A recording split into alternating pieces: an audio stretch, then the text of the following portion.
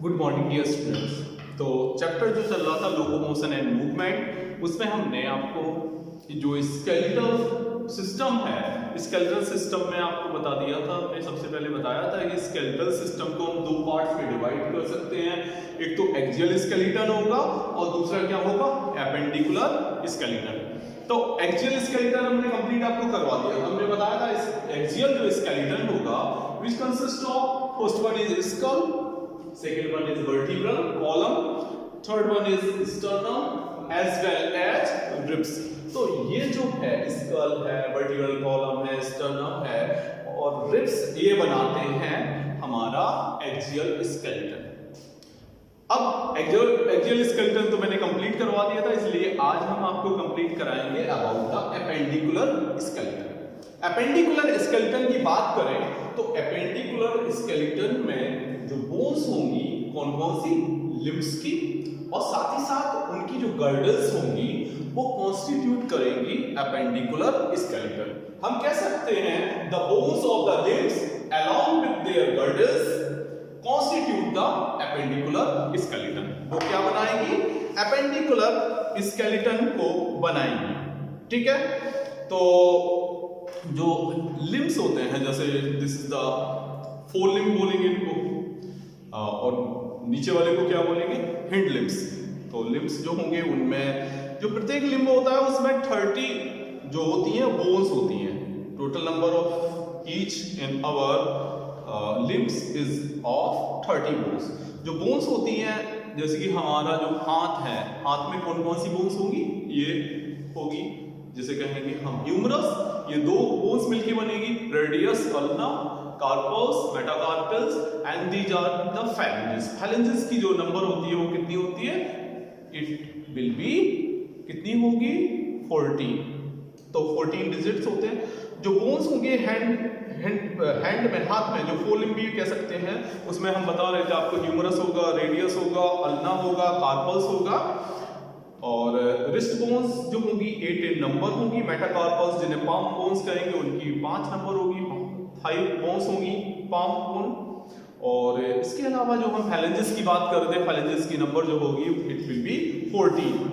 ठीक है, तो जो फीमर, इसके अलावा अगर हम फिर हैंडलिंग्स की बात करें तो ये यहां से यहां तक होती है फीमर। तो हैंडलिंग में क्या होगी, femur, femur is the largest bone. वो क्या होगी, लार्जेस्ट बोन होगी। तो फीमर थाई बोन होती है which is the longest bone बोल सकते हैं। इसके अलावा टिबिया, फिबुला होगी, और इसके अलावा क्या होगा, टार्सल्स होगा, मेटाटार्सल्स होंगे। टार्सल्स जो एंकल बोन्स होंगी उनकी नंबर 7 होगी। जो मेटाटार्सल्स होंगे उनकी बोन की नंबर होगी 5। एंड phalanges जो होंगी, phalanges will be as that of our forelimb, that is 14 in number. और ये बोन्स जो होंगी बनाएंगी, इन बोन्स से बना होगा। और इसके अलावा एक कप शेप जो होता है बोन, जिसको हम पटेला कहते हैं, विच कवर, उसको कहते हैं नी, जो उसको नी को वेंट्रली कवर करता है, उसको नी कैप भी कहते हैं। क्या कहते हैं, नी कैप। अब गर्डल्स की बात करेंगे। गर्डल्स हमारे दो होती है, ऊपर वाली पेक्टोरल, नीचे वाली उसको कहेंगे हम पैल्विक गर्डल। तो ये जो पेक्टोरल एंड पैल्विक गर्डल्स क्या करती हैं, हेल्प करती हैं आर्टिकुलेशन में। जो अपर और लोअर जो लिम्स हैं उनको किसके साथ, एक्सियल स्केलेटन के साथ करती हैं। प्रत्येक गर्डल जो है बनी होती है 2 हफ्स की, और प्रत्येक हाफ होता है पेक्टोरल गर्डल का। वो कंसिस्ट होता है एक क्लेविकल, दूसरी स्कैपुला। 2 बोन से बना होता है, एक क्लेविकल होता है और एक स्कैपुला होता है। स्कैपुला जो होता है वो जो स्कैपुला होता है वो लार्ज ट्रायंगुलर फ्लैट बोन होती है, जो कि सिचुएटेड होती है dorsal part of the thorax, जो कि, और ये सिचुएटेड कहाँ रहता है, between the second and the 7th। इसमें सिचुएटेड रहता है, it is situated between the second and 7th। जो रिब्स होती हैं उनके बीच में होता है। और जो डोर्सल फ्लैट ट्रायंगुलर बॉडी होती है स्कैपुला की, उसमें एक स्लाइटली एलिवेटेड रिज होता है जिसको हम बोलते हैं स्पाइन, और ये प्रोजेक्ट्स करता है एक फ्लैट एक्सपेंडेड प्रोसेस को। इस प्रोसेस को हम बोलते हैं एक्रोमियन। क्या बोलेंगे, एक्रोमियन। और जो क्लेविकल होता है वो आर्टिकुलेट्स करता है इसके साथ। अगर हम देखें एक्रोमियन के नीचे एक डिप्रेशन होता है, इस डिप्रेशन को, एक्रोमियन के नीचे एक डिप्रेशन होगा, उस डिप्रेशन को हम बोलेंगे ग्लिनोइड कैविटी। ठीक है, उसको क्या कहेंगे? ग्लिनोइड कैविटी, जो कि आर्टिकुलेट करता है, जो ह्यूमरस का जो हेड होता है उसी में प्लेस्ड रहता है। ठीक है, और ये शोल्डर जॉइंट बनाता है। प्रत्येक क्लेविकल में एक लॉन्ग सिलेंडर बोन होती है जिसमें 2 कर्वेचर्स होते हैं, और इस बोन को कॉमनली हम कॉलर बोन भी कह सकते हैं। ठीक है, पेल्विक गर्डल जो होती है वो भी 2 कॉक्सल बोन्स की बनी होती है, और प्रत्येक कॉक्सल बोन जो होती है बनी काय की होती है? 3 बोन्स के फ्यूजन से बनी होती है। इलियम, ये 3 बोन्स के नाम इलियम, इस्चियम और प्यूबिस होते हैं। क्या होते हैं? इलियम, इस्चियम एंड प्यूबिस होते हैं। अगर हम कहें जो पॉइंट ऑफ फ्यूजन है उस पर जो बोन होती है, कैविटी प्रेजेंट होती है, उस कैविटी को हम एसिटेबुलम कहते हैं। और जहां से जो थाई बोन जो होती है, thigh bone means femur, articulate होती है, और जो 2 आर्क्स होते हैं पेल्विक गर्डल के, वो वेंट्रली, देखें तो वेंट्रली आपस में जुड़ करके एक पार्ट बनाएंगे जिसको कहेंगे प्यूबिक सिम्फाइसिस, और प्यूबिक सिम्फाइसिस में फाइब्रस कार्टिलेज प्रेजेंट होते हैं। तो ये तो बात हो गई about the pelvic and pectoral girdle. अब बात करेंगे जॉइंट्स की। तो जॉइंट्स जो हैं वो एसेंशियल हैं, जितने भी टाइप की मूवमेंट्स होते हैं उनके लिए जरूरी हैं, जिसमें जो बॉडी पार्ट्स होता है बॉडी का, और लोकोमेट्री मूवमेंट्स होते हैं, वो सब इसी के थ्रू होंगे। अगर जॉइंट्स की बात करें तो 3 जॉइंट्स मेनली होते हैं। एक तो फाइब्रस जॉइंट होता है, एक कार्टिलेजिनस जॉइंट होता है, और एक साइनोवियल जॉइंट होता है। सबसे पहले हम बात करेंगे फाइब्रस जॉइंट की।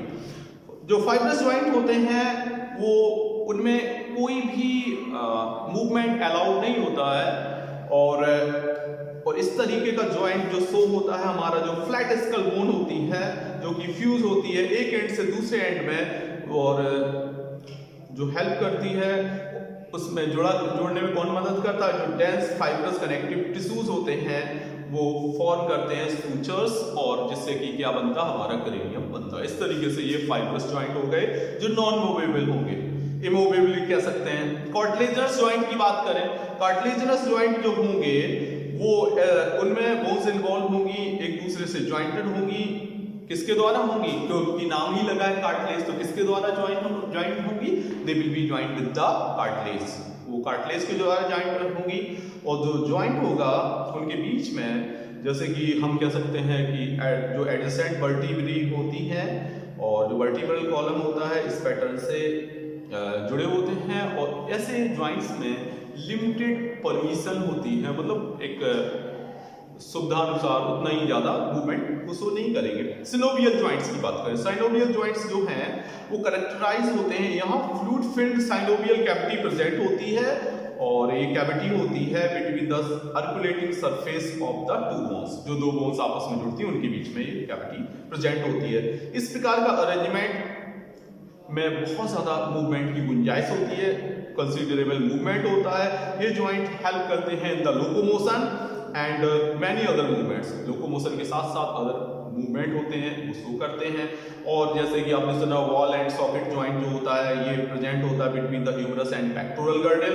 इसके अलावा हिंज जॉइंट जो होता है, ये जो जॉइंट होता है वो नीज जॉइंट में होता है। पाइवेट जॉइंट होता है बिटवीन द एटलस जो फर्स्ट वर्टिब्रा होती है और एक्सिस के बीच में होता है। ग्लाइडिंग जॉइंट जो होता है हमारा कार्पल्स के बीच में, और जो सैडल जॉइंट होता है between the carpals and metacarpals of thumb. ये कुछ एग्जांपल हैं साइनोवियल जॉइंट के।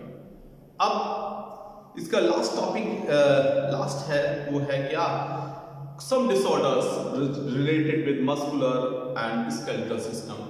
मसल्स में या हमारे स्केलेटल सिस्टम में होने वाली कुछ बीमारियां जो हैं, डिजीज हैं, उनकी बात करेंगे। एक होता है माइस्थीनिया ग्रेविस। ये माइस्थीनिया ग्रेविस जो होता है वो कैसा डिसऑर्डर है?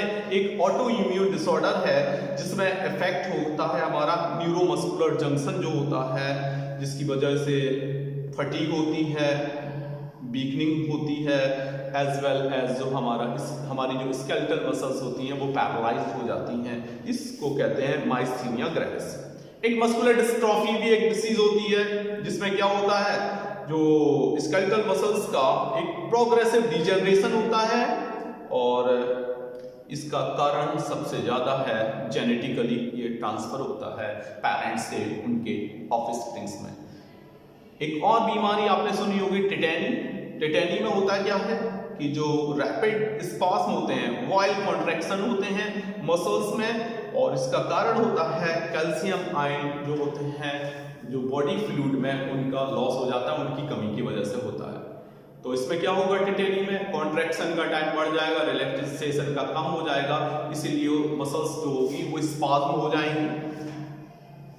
एक और बीमारी अर्थराइटिस सुना होगा। अर्थराइटिस में क्या होता है, जो जॉइंट्स होते हैं वहां इन्फ्लेमेशन हो जाता है। एक बीमारी सुनी होगी ऑस्टियोपोरोसिस।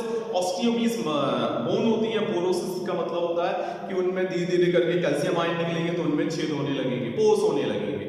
और ये जो बीमारी है वो एज रिलेटेड डिसऑर्डर है और करेक्टराइज होता है उसमें जो बोन जो होती हैं वो उनमें से ये कैल्शियम आयन निकलने लगते हैं जिसकी वजह से फ्रैक्चर्स के चांसेस बढ़ जाते हैं। कारण सीधा सीधा इसका है जो एस्ट्रोजन का लेवल है वो डिक्रीज कर जाता है। इसका कॉमन कॉज है ऑस्टियोपोरोसिस का। गाउट, ये इन्फ्लामेशन हो जाता है जॉइंट्स के बीच में, और होता क्या है कि जॉइंट्स के बीच में, जॉइंट्स में एक्यूमुलेशन यूरिक एसिड का हो जाता है जिसकी वजह से इनमें क्या होता है, ये बीमारी हो जाती है, इन्फ्लामेशन हो जाता है जॉइंट्स में। तो स्टूडेंट्स आज हमने इस चैप्टर लोकोमोशन एंड मूवमेंट को कंप्लीट करा दिया। आप इसके एनसीईआरटी क्वेश्चन आंसर कंप्लीट कर लो, जो भी प्रॉब्लम्स हो हमें बताना। Thank you so much, have a good day.